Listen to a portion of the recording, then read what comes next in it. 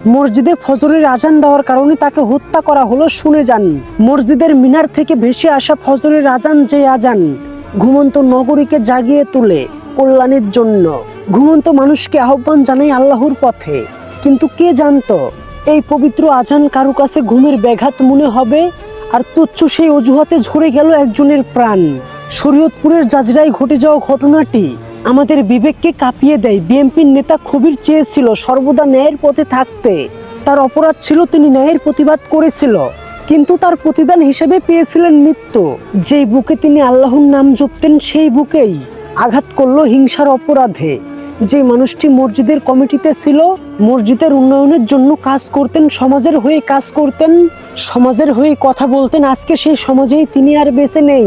যেই মসজিদে তিনি সেজদা দিতেন সেই পরিবার হারালো তাদের অভিভাবককে, আর সমাজ হারালো একজন প্রতিবাদী কণ্ঠকে, একজন প্রতিবাদী মানুষকে।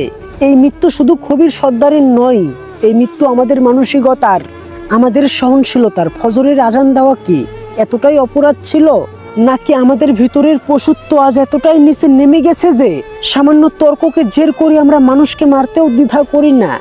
আল্লাহ তাআলা অন্যায় প্রতিবাদী নেই খবির সর্দারকে যেন জান্নাতবাসী করে, তার জন্য আমরা সকলেই দোয়া করি।